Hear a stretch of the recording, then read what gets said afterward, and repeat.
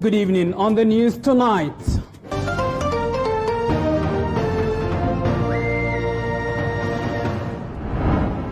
Bleak COVID-19 numbers. 12 people have succumbed to COVID-19 in the last 24 hours. The highest number of new COVID-19 deaths in a single day nationally, and it's not looking any better. The government says it cannot test everyone for COVID-19, even as CS Mutahi Kagwe acknowledges that the 5,000 shillings charged by some city hospitals to test for COVID-19 is too high. Looming cash crunch. The counties are staring at a crisis. They have drawn and approved their budgets, but senators have failed to agree on the third generation formula that will see 19 counties lose billions of shillings. The standoff continues. Also tonight, back to track. The standard gauge railway roars back to business after 3-month hiatus. There is a new rail order. There is no automated ticketing or selling of ready food in the coaches. The details here tonight. Plus, Pandit's Night premieres. What is about to become the biggest political show premieres on TV47 tonight. The program, moderated by myself, starts at exactly 9:30 p.m. This is TV47 News Tonight with Abubakar Abdullahi. TV47 News Tonight with me, Abubakar Abdullahi, begins right now. Anne Wairimu is our sign language interpreter. Good evening and welcome to the broadcast. To our top story.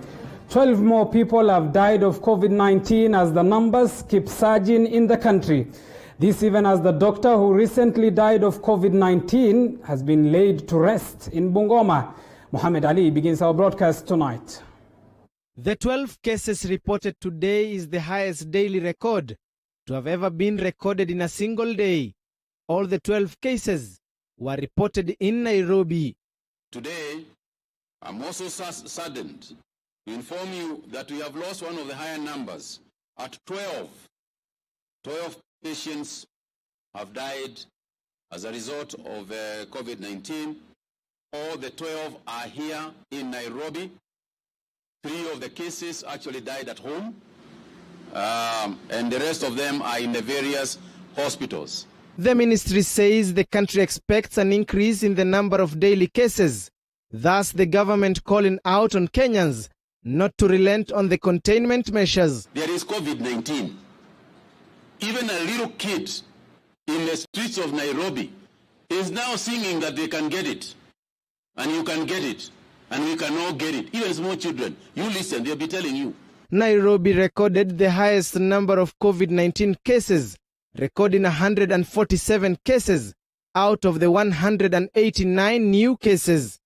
The total coronavirus cases in the country now stands at 10,294.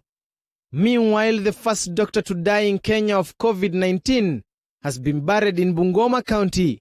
Dr. Doreen Adisa Lugaliki died at the age of 38 and was diabetic but had not known about it until she was admitted to hospital last week. The late succumbed to coronavirus barely 48 hours after she was admitted at the Aga Khan Hospital. We will further insist on Section 14(2) of the Occupational Safety Health Act. And this touches on both employers, public and private, and the employees. For the employee, if your environment is unsafe and hazardous and a threat to your life, take a step back. The number of Kenyans testing positive for the COVID-19 virus is increasing day in, day out. Health Cabinet Secretary Mutahi Kagwe says it is the responsibility of each and every Kenyan to follow government protocols and guidelines in order to curb the spread of the COVID-19 pandemic. Muhammad Ali, TV47, Nairobi. Elsewhere, the country has recorded more than 1,700 new COVID-19 cases in the last 1 week after President Uhuru Kenyatta eased some restrictions. This is the highest rise in numbers recorded in 1 week. And as Andrin Kilemi now reports, the county's preparedness is still in question.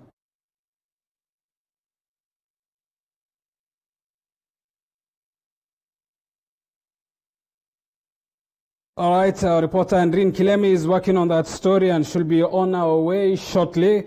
Remember, you can be part of this broadcast. Send us a message on 22047. The hashtag to use is TV47 News Tonight. That story is ready.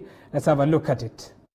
The move by President Uhuru Kenyatta to lift the ban on cessation of movement has been criticized and applauded in equal measures. A week after the ban was lifted, the country has reported over 1,751 new cases across the country. The total confirmed cases now standing at 10,294. But was it the right time to reopen the county boundaries? If you lock up another 1 month and another 1 month, what is the additional asset you're adding to the country? Is another month and another month going to make Kenyans more and more aware? Which Kenyan is not aware now? The country is currently having 7,151 active cases and a free movement from one county to the other. The government's testing capacity is still low compared to the total population of over 47 million Kenyans. Slightly above 216,000 samples have been tested so far since the first case was reported, against a population of 47 million Kenyans.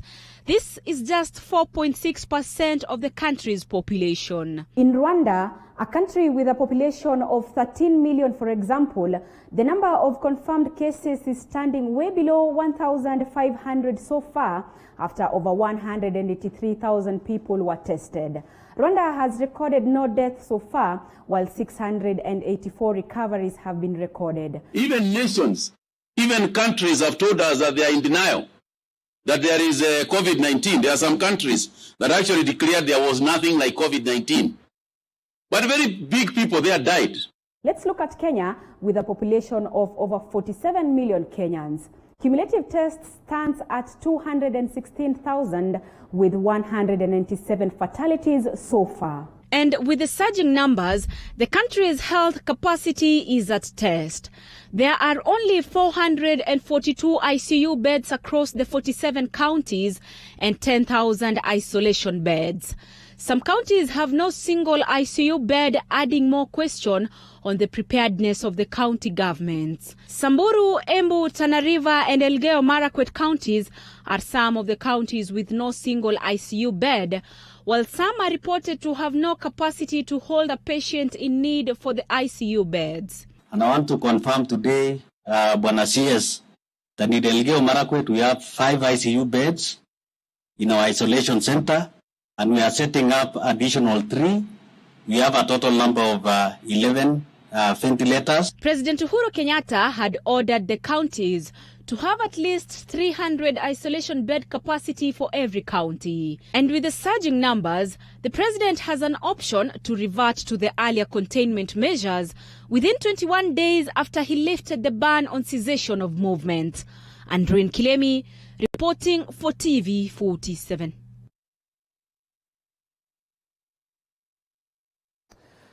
Elsewhere, senators are yet to agree on the county revenue sharing formula, even after a Senate special sitting today. The senators want more time to deliberate on the proposed formula that has received opposition from 19 counties that are likely to lose their revenue share. This means I just wanted you to get that information because you might mislead us even further. The special sitting was to agree on the formula, but the senators agreed to reach a consensus on the revenue sharing formula. This is a matter in which, if it is possible, every senator who wishes to speak to it should be heard. I do not see a situation where all the senators who desire to speak on this matter may be able to do justice to their contributions. Someone once said, politics of do or die does not guarantee who does and who dies, Madam Speaker. And because of that, let us not create this narrative of losers and winners. The winners must be the people of Kenya. The winners must be devolution. With those many remarks, Madam Speaker, I second. These are very, very emotive issues that requires us to be able to internalize what it means by sharing revenue. At least 19 senators from less populous counties that might face a slash on revenue allocation are opposed to the proposed formula. One thing is very clear. We cannot work on a radius. we cannot take the square root of, the land size so that we can say distance to service. That is something which I'll completely reject. Are done by people. People can sit down and work out formulas that ensure, at the very minimum, no county loses a single cent.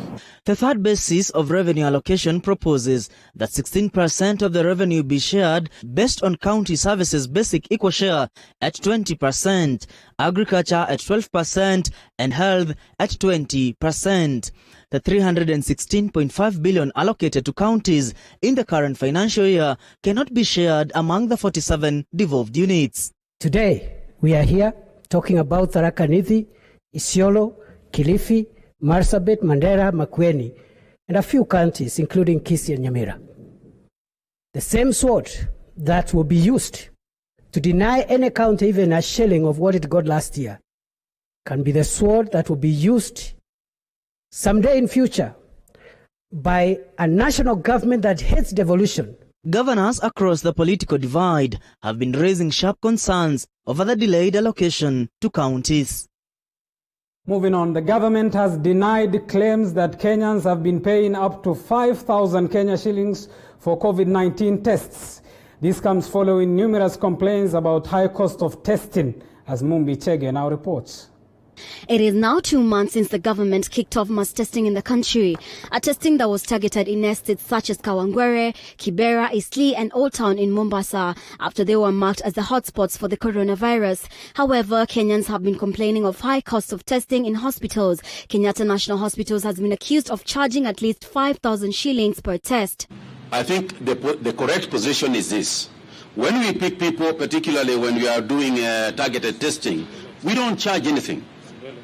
All right. When we are doing surveillances and when we are doing those kind of situations, when we go around doing mass testing and mass testing identified as targeted mass testing, we do not charge anything. However, as Daktari is correctly saying, we are not doing testing for everybody.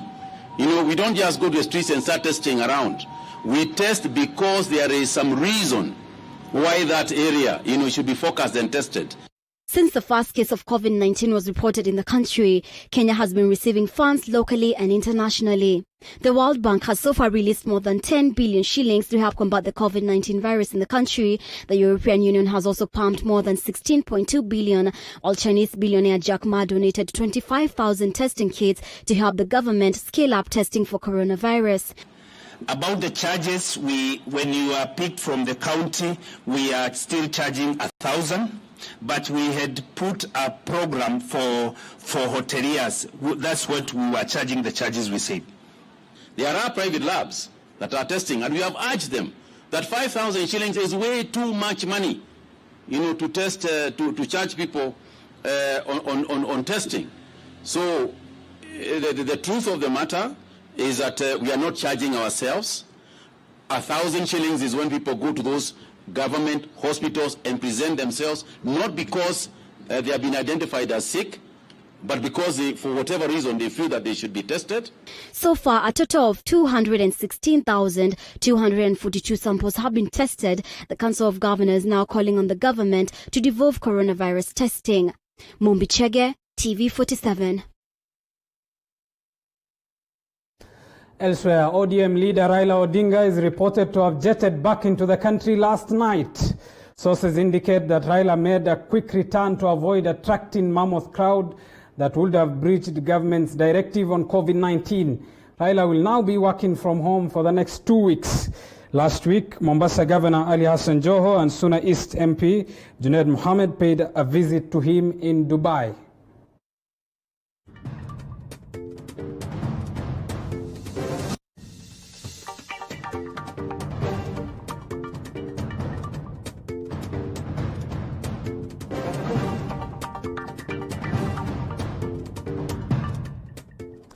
Elsewhere, a section of women leaders from Mount Kenya region have met Majority Leader Amos Kimunya in what appears as continued discussion on Uhuru's succession.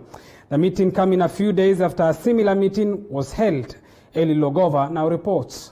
A section of women leaders from Mount Kenya have vowed to continue pushing for the passage of BBI to its full implementation. The leaders spoke. So as women leaders, we also wanted to say that we are part of this process. We are proud to have him as a majority leader and to just encourage him and congratulate him. The meeting with Kimunya coming days after another meeting was held to discuss the region's politics. This is Kewopa is here, which represents all the women in parliament. She's a governor who represents the other governors. Okay. And remember, the chair for the deputy governors is here, and people have apologies. Meanwhile, President Uhuru Kenyatta's appointment have dismissed claims of a divided Mount Kenya region. Kieni MP Kalini Kega says the region is united on Uhuru's succession. We want to say that as leaders from Mount Kenya, we are united, and any person trying to insinuate that there is any division is purely a mirage, and it is not going to happen. On the leaders meeting, of course, we support any caucusing of leaders at whichever level. Eli Logova, TV47, Nairobi. Away from politics, as counties struggle to equip their hospitals with ICU and isolation beds, a welder in Juja is assembling such beds. Lorraine Narok met Meshach Otieno in his workshop and reports that every material that he uses is sourced locally.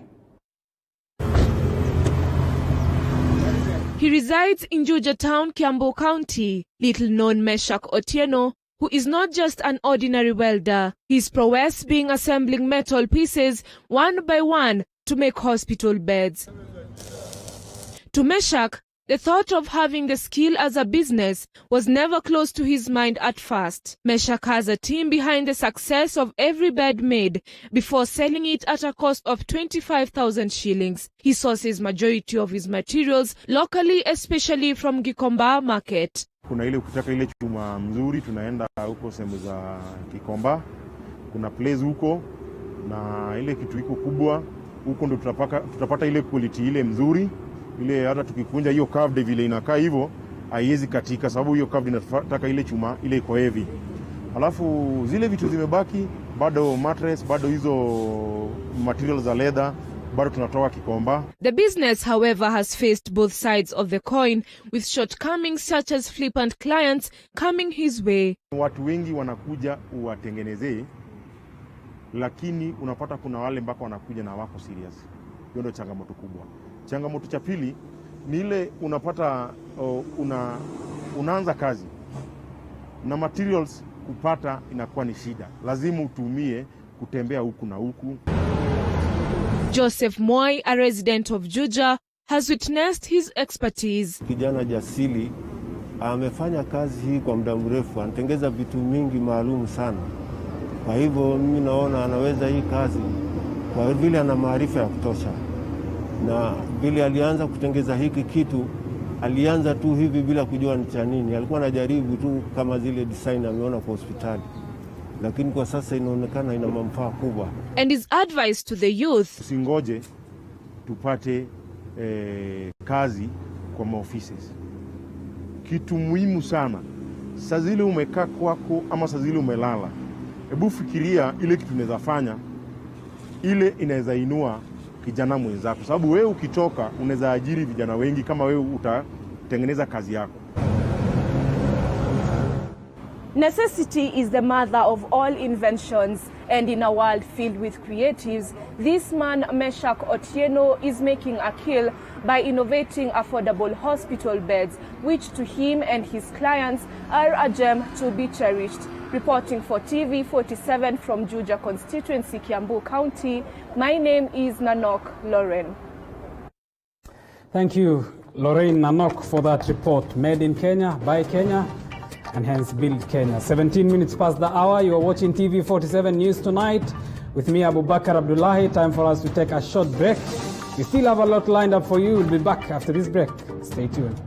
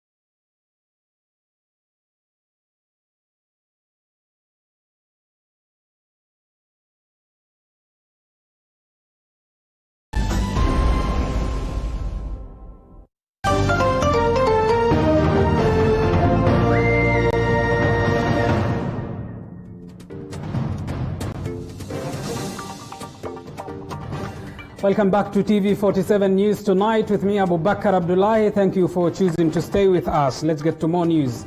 The Madaraka Express is back on track. Its maiden trip to Mombasa left the station at 8:10 a.m. The management now says all containment measures have been met, as Mwangi Maina reports. Monday morning and passengers are in a rush to board the standard gauge railway Madaraka Express to Mombasa from Nairobi. This is after the operations resumed after they were halted 3 months due to restrictions on inter-county movements. The train to Mombasa left the Nairobi terminus at 8:10 a.m. with the Mombasa-Nairobi train expected to depart Mombasa at 1:55 p.m. More than 500 commuters boarded the train to Mombasa. The train is transporting half capacity to create room for social distancing in adherence to the measures laid down by the Ministry of Health to combat the spread of coronavirus. Within the station, there are several hand-washing points, marks to indicate distance that passengers are supposed to maintain, as well as availability of sanitizers. There is an isolation coach within the train in case any passenger exhibits corona-like symptoms. Kenya Railways Managing Director Philip Mainga says that all measures are observed in strict adherence. And one of the things we have done is to stop automated booking system, weakest interaction of many people, because we don't want people to touch that machine and another person touches it. So we are now making sure that the tickets are being served directly to our customers who are booked online. Mainga added that passengers won't be served food on board to reduce contact between the staff and passengers. We are making sure that our people who are serving customers are staged in one coach and they are not moving up and down across the coaches. Bwana, nimerauka kimbilia SGR. Bwana, nimepata, nashukuru. Safiri wa salama. Passengers are anticipating better economic times ahead as the government oversees the partial reopening of the economy. Mwangi Maina, TV47, Nairobi. Now, the Luhya nation now seems more divided than the ongoing unity calls from leaders in the region, in what they seem to suggest. 3 factions are now claiming to be the region's pointmen, with each having heated political meeting. Mulindi Kerry looks at the more divided Luhya nation ahead of the 2022 polls. The Western region has now witnessed 3 political factions, each claiming to be the region's political heads. One faction is led by devolution CS Eugene Wamalwa and Kakamega Governor Wycliffe Oparanya. A second faction is headed by ANC party boss Musalia Mudavadi and Bungoma Senator Moses Wetangula, while the third faction, which has recently come up, is under Kakamega Senator Cleophas Malala. Every of the faction claiming to be speaking and bargaining on behalf of the region. Taka wa Kenya wafahamu, sisi tunatembea na Weta na tumegundua katika Kenya hii tuna katiba mpya, kuna ugatuzi, devolution. Lakini nataka niambie wa Kenya, lengo letu sasa ni kiti cha urais wa Jamhuri ya Kenya. We want unity of purpose. Hatutaki tu tuwe na umoja ya kutafutia mtu urais ama umoja ya kutafutia mtu governor. Devolution CS Eugene Wamalwa and Governor Oparanya have been traversing the 5 counties in the region in what has been termed as uniting the Mlembe nation. Lengo letu sasa ni kiti cha urais wa Jamhuri ya Kenya. Nataka jambo hili lieleweke kabisa, kwa sababu miaka 57 sisi tumebeba wengine. Wetangula and Mudavadi, on the other hand, have been facing an attempted ouster in their respective parties, Ford Kenya and ANC. The two accusing the rivals of plotting their ouster. Watapelekana na sisi, tunaomba waende wafanye urafiki na watu kule Mombasa, Rift Valley, Central, kila mahali, ili waende State House. Wanakubali waende State House? Wanakubali waende State House? A number of political meetings close to door and political rallies have been taking places in the region in the recent past. Ngozi wetu in the Western region is none other than Moses Masika Wetangula, pamoja na Musalia Mudavadi na wale wengine generic leaders, wale machaguliwa mahali ingine supporting the interests of outsiders. Tunasema shetani fanye nini? Mulindi Kerry, TV47 in the county of Kakamega. Now, Nandi Senator Samson Cherargei has condemned the recent killings that have been witnessed in Nandi County. At least 6 people have been reported to have been killed in the county in the last 1 month. Cherargei is now calling upon the government to hasten investigations. We demand the Cabinet Secretary in charge of Interior and National Coordination, Dr. Fred Matiang'i, the Inspector General of Police, Mr. Hilary Mutiambai, Independent Policing Oversight Authority, County Security Commandant's team, and area security personnel to within 48 hours bring the killers of Sakayo Kipkinyor and others to book and have justice served to the families of the other victims pronto. Further, we call upon the government to compensate the families immediately since they solely depended on the killed person. We also demand a total overhaul of the county and sub-county security team and review of national government and administration officers. Elsewhere, second-hand clothes traders have called upon the government through the Ministry of Trade and Industrialization to fast-track the process of developing protocols and measures for the resumption of the importation of second-hand clothes into the country. The traders say that they will adhere to the guidelines. The guidelines zimewekwa kwa sababu ya kutusaidia. As the business is opened, sisi wote tuta adhere to the new guidelines because we need to be alive tomorrow to continue doing our business. Tumeshaelewana ya kwamba as Mitumba Association tutahakikisha ya kwamba watu watavaa mask, watu watakuwa na sanitizer na watanawa mikono. Let's get to the counties, and Omar Lali will now be charged with the murder of Keroche Brewery Strategies and Innovation Director Tekra Muigai. This and much more are here from the counties.